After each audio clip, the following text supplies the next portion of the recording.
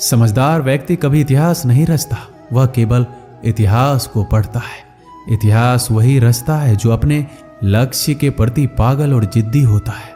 मनुष्य जब जन्म लेता है तो उसके पास सांसें तो होती है पर कोई नाम नहीं होता। जब मृत्यु होती है तो उसके पास नाम तो होता है पर सांसें नहीं होती। इसी सांस और नाम के बीच की यात्रा को जीवन कहते हैं। श्री कृष्ण कहते हैं, ना किसी के अभाव में जियो, ना किसी के प्रभाव में जियो। ये जीवन है आपका, इसे अपने स्वभाव में जियो। किसी के प्रति मन में क्रोध लिए रहने की अपेक्षा उसे तुरंत प्रकट कर देना अधिक अच्छा है। जैसे क्षण भर में जल जाना देर तक सुलगने से अधिक अच्छा है। इंसान चाहे कितना भी खुद को व्यस्त रख ले, जिससे वह प्रेम करता है उसकी यादों से नहीं बच सकता। समय कभी नहीं रुकता। आज यदि बुरा चल रहा है तो कल अवश्य अच्छा आएगा। आप केवल निस्वार्थ भाव से कर्म कीजिए और वही आपके हाथ में भी है। भले ही जिंदगी मुश्किलों से भरी है, लेकिन हौसला भी तुम्हें खुद ही भरना है। मुश्किलें तो हर इंसान पर आती है, बस फर्क इतना है कि कोई इन मुश्किलों के कारण निखर जाता है तो कोई बिखर जाता है। यूं ही नहीं मिलती राही को मंजिल, एक जुनून सा दिल में जगाना पड़ता है। पूछा चिड़िया से किसी ने, कैसे बना लेते हो इतना सुंदर आशियाना। बोली चिड़िया, भरनी पड़ती है उड़ान, बार बार तिनका तिनका उठाना पड़ता है। जिस प्रकार एक बीज को कितना भी मिट्टी में दबाओ वह मिट्टी का सीना चीर कर उग जाता है, उसी प्रकार मेहनती इंसान को कोई कितना भी दबाए वह आगे बढ़ ही जाता है। श्री कृष्ण कहते हैं, किस्मत के दरवाजे पर सर पीटने से सफलता के दरवाजे नहीं खुलते। इसके लिए अपनी मेहनत से तूफान पैदा करना पड़ता है, इससे दरवाजे अपने आप खुल जाएंगे। जिंदगी में इंतजार नहीं, कोशिश कीजिए, क्योंकि इंतजार करने वालों को उतना ही मिलता है जितना कोशिश करने वाले छोड़ देते हैं। उड़ान तो भरना है, चाहे सपनों को पूरा करने के लिए कितनी बार ही क्यों ना गिरना पड़े, चाहे खुद से भी क्यों ना लड़ना पड़े। अगर रेस लंबी हो तो ये मायने नहीं रखता कि कौन कितना तेज भाग रहा है, बल्कि ये सबसे ज्यादा मायने रखता है कि कौन कितनी देर तक भाग रहा है। अगर जीत निश्चित हो तो कायर भी जंग लड़ सकते हैं। बहादुर तो वो है जो हार का पता होने के बावजूद भी लड़ना नहीं छोड़ते। बारिश की बूंदें भले ही छोटी होती है, लेकिन उनका लगातार बरसना बड़ी बड़ी नदियों का बहाव बन जाता है। उसी तरह आपके छोटे छोटे परिवर्तन एक दिन आपकी जिंदगी में बड़ा परिवर्तन ला सकते हैं। ना पूछ मेरी मंजिल कहाँ है, अभी तो सफर का इरादा किया है। ना हारूंगा हौसला, चाहे कुछ भी हो जाए। ये मैंने किसी और से नहीं, अपने आप से वादा किया है। श्री कृष्ण कहते हैं, किसी भी काम की शुरुआत करने के लिए आपको महान होने की जरूरत नहीं है, बल्कि महान बनने के लिए आपको शुरुआत करने की जरूरत है। रख हौसला, वो मंजर भी आएगा। प्यासे के पास चल के समंदर भी आएगा। थक कर ना बैठ है मंजिल के मुसाफिर, मंजिल भी मिलेगी, मिलने का मजा भी आएगा। समस्या देखकर जीवन में हार मत मानो, क्या पता इसी समस्या के अंदर तुम्हारी महान शुरुआत छुपी हुई हो, क्योंकि एक समस्या अक्सर एक बड़ी शुरुआत भी लेकर आता है। हमारी आस्था की परीक्षा तब होती है जब हम जो चाहे वो ना मिले और फिर हमारे दिल से प्रभु के लिए शुक्रिया ही निकले। तुम अपनी पीड़ा के लिए संसार को दोष मत दो, अपने मन को समझाओ। तुम्हारे मन का परिवर्तन ही तुम्हारे दुखों का अंत है।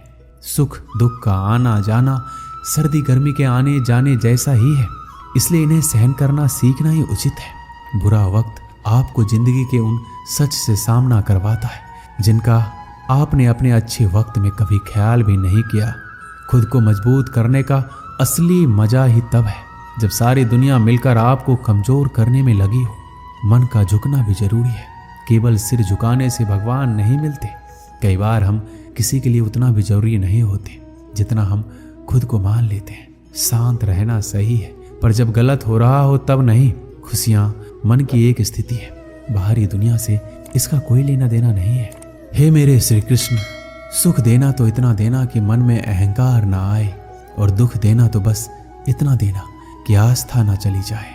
श्री कृष्ण कहते हैं, दौलत सिर्फ रहन सहन का स्तर बदल सकती है, बुद्धि नियत और तकदीर नहीं। यादें तो जिंदगी का खजाना है, बाकी तो सबको खाली हाथ ही जाना है।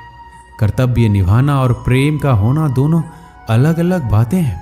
हम ज़्यादातर सभी रिश्तों में कर्तव्य ही निभाते हैं और कर्तव्य को हम प्रेम मानकर जीते हैं। मशहूर होने का शौक किसे है? हमें तो हमारे अपने ही पहचान ले तो हम खुश हो जाते हैं।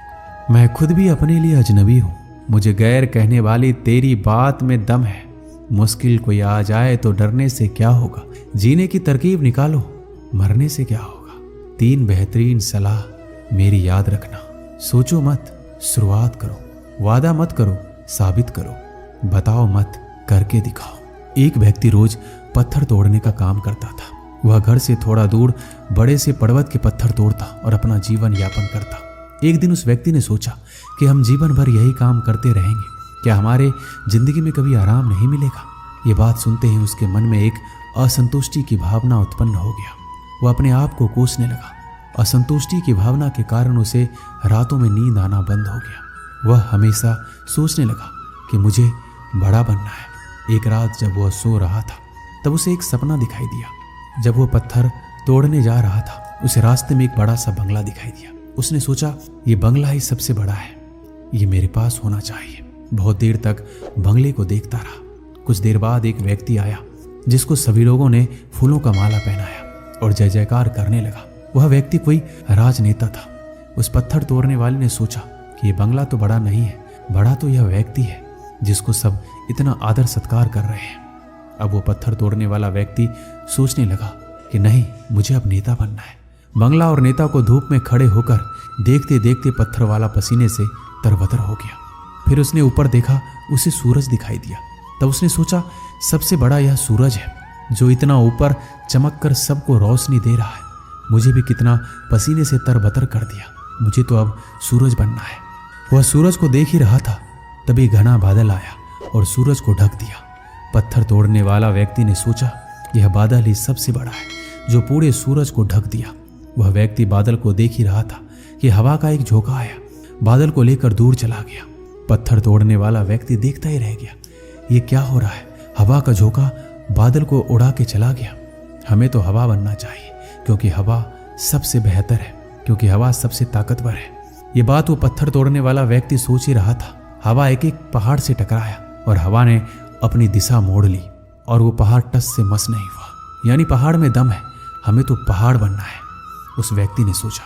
तभी वो व्यक्ति देखता है कि एक व्यक्ति आ रहा है, अपने हथौड़े से उस पहाड़ का टुकड़ा कर रहा है। उसने सोचा ये क्या हो रहा है? इतना बड़ा पहाड़ जो हवा के विशाल झोंकों को रास्ता बदलने के लिए मजबूर कर दिया और ये टस से मस नहीं हुआ, उसे एक छोटा सा व्यक्ति तोड़ रहा है। व्यक्ति बार बार सोच रहा था कि ये नहीं हो सकता, ये कभी नहीं हो सकता। मुझे पत्थर तोड़ने वाला नहीं बनना है, किसी भी हाल में मुझे पत्थर तोड़ने वाला नहीं बनना है, क्योंकि वह स्वयं पत्थर तोड़ने वाला व्यक्ति था। उसकी आंखों के सामने आ रहा था, एक व्यक्ति पहाड़ के टुकड़े टुकड़े कर रहा है। उसकी आंखें खुल गई। फिर उसने सोचा मैं जो हूं, जिस हाल में हूं, मैं ठीक हूं, यानी सबसे बड़ा मैं हूं जो इस पहाड़ को तोड़ रहा हूं। ईश्वर ने सबको अलग बनाया है। आप दूसरों की नकल करके ईश्वर का अपमान ना कीजिए। दोस्तों, वीडियो अच्छा लगा है तो चैनल को सब्सक्राइब ज़रूर करें और लाइक करें और कमेंट करें।